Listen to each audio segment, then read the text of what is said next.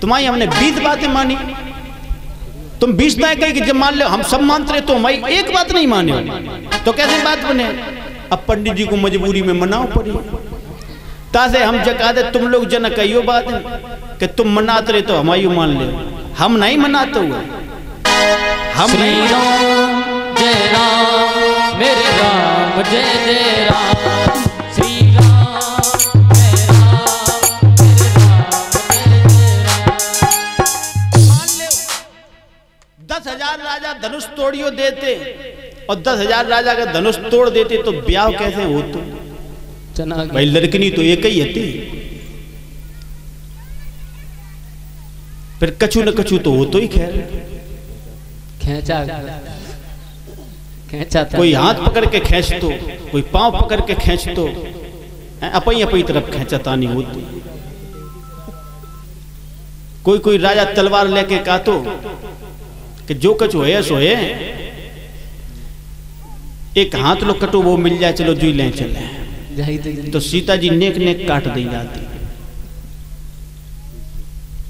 कि बंटवारा तो हो तो ही, लेकिन धनुष तो टूटो नहीं, अगर टूट जातो तो सीता जी जानती।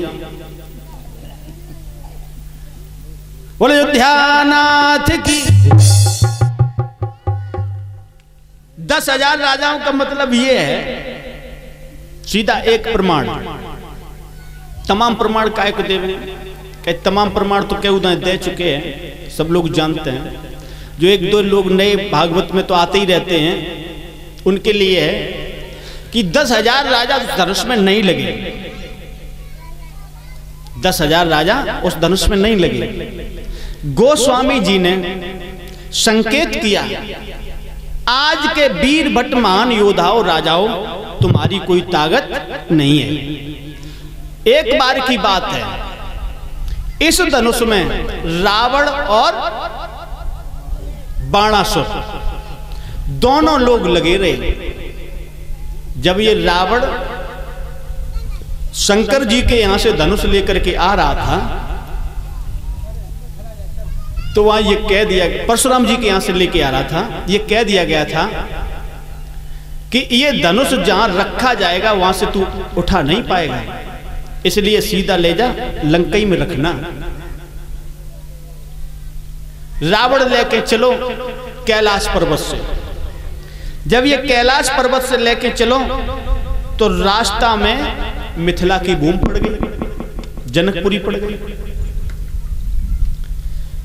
कैलाश से लेके और जनकपुरी तक आया, उसे धनुष फूल सा हल्का महसूस हुआ। घमंडी राजा वैसे हुआ तो विचार करो, बोले बाबा जी कह रहे थे कि जहां रख दो फिर तू उठाए नहीं पे, जो फूल से वो तो हल्को धनुष है। अब रही कितनी दूर लंका गई, लघु शंका जाए लगी सो जाने, घमंड में आए कि धनुष को उतारो जमीन पर रख दो। बोले तो हल्को धनुष उठाए तो लिए जमीन मिथिलापुरी की भूमि पर रख दो। लघु शंका की पवित्र हुआ, दोबारा से आया धनुष उठाया तो धनुष हिला भी नहीं। सारी शक्ति इसने लगा दी, जितना भी दिमाग था सब लगा दिया, माया थी वो भी लगा दी क्योंकि माया भी था, ये सब कुछ राक्षसी गति की माया भी लगाई, लेकिन धनुष नहीं हिला पाया। तब तक उसी रास्ते से बाणासुर निकल रहे थे। बाणासुर रावण गुरुभाई थे, एक गुरु के शिष्य माने शंकर जी के शिष्य थे। बाणासुर ने गुरुभाई से पूछा, भैया क्या बात है, पसीना क्यों आ रहा है?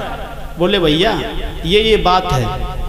बोले तो मदद करें? बोले हाँ। तो बाणासुर के 1000 हाथ हैं, 1000 हाथ बाणासुर लग गए उसमें, पूरे हजारों हाथों से बाणासुर उठाने लगा। तो देखिए 1000 हाथ बाणासुर के उसमें लगे हुए हैं, कितने हो गए? सहस्त्र। सहस्त्र, एक सहस्त्र 1000 का होता है।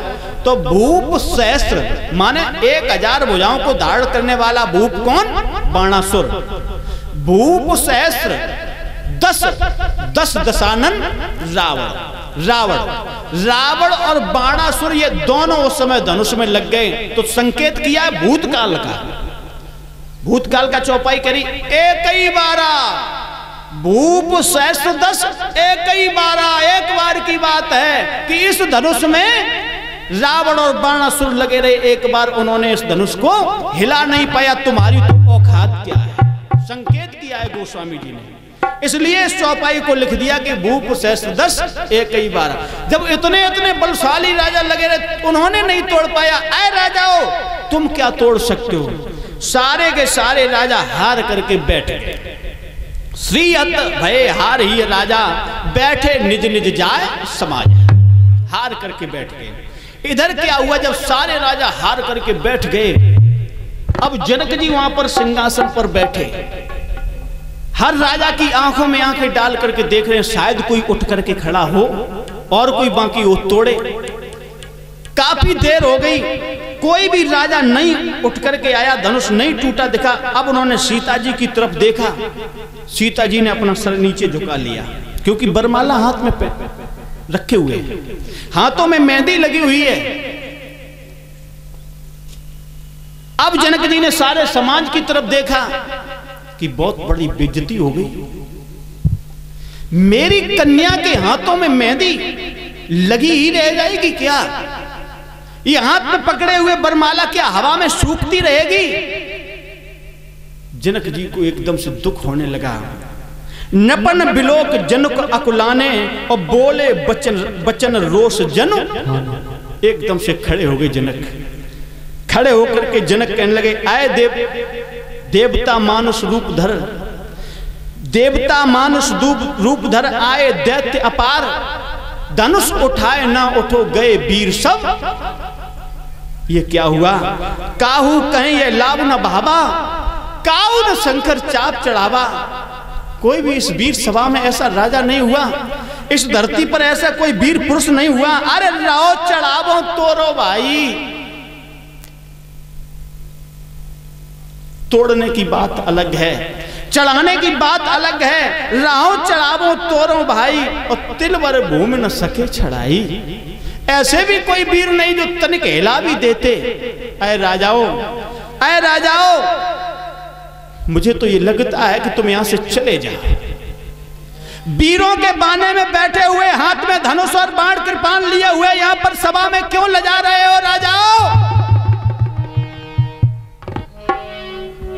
जनक जी के सामने अपने आप को राजा कहलाने वाले, छत्री कहलाने वाले वीर पुरुष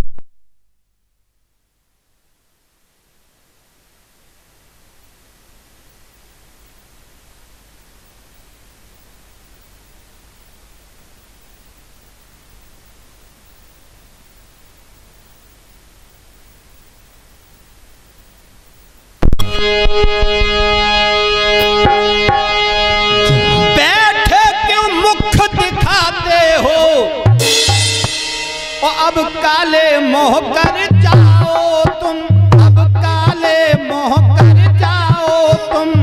कहते हैं राजा जनक खड़े, ना जग में मुकुट खिलाओ तुम।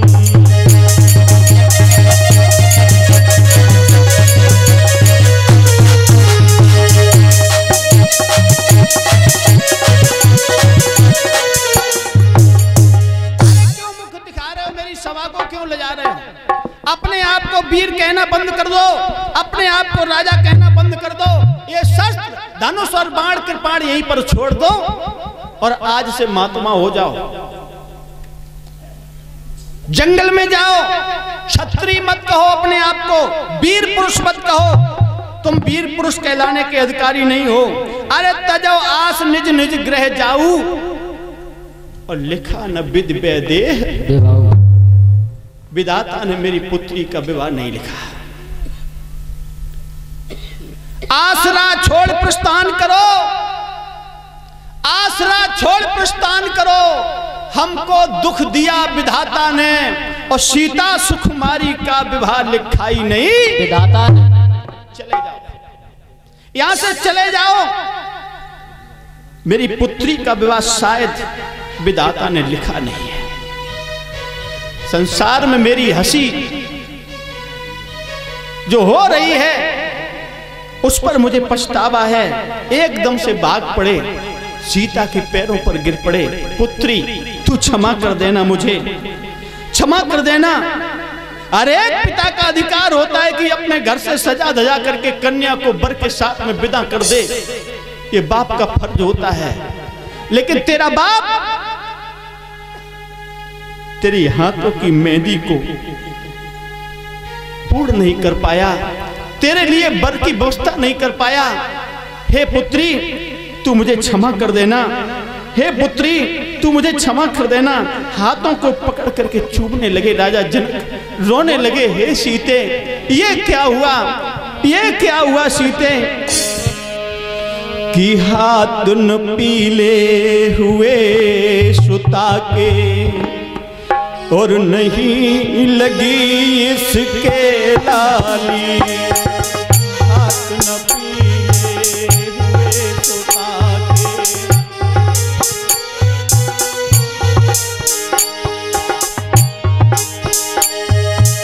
हाय विधाता इस कलिका की नहीं हुई विकसित डाली।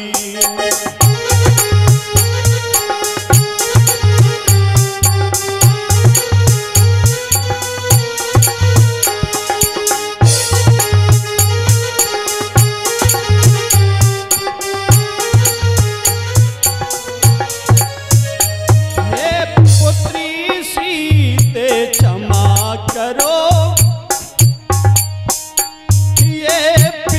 तुम्हारा दोषी है।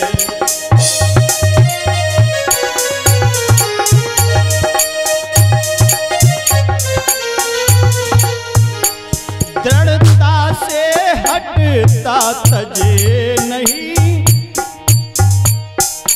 प्रण इसका ये अवरोधी है।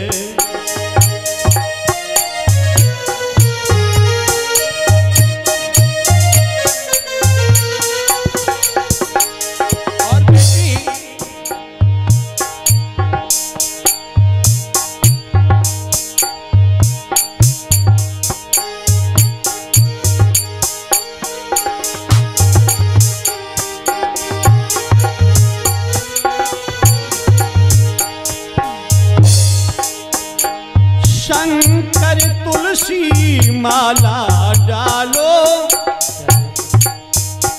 तुमको अब भस्म रमान लिखा।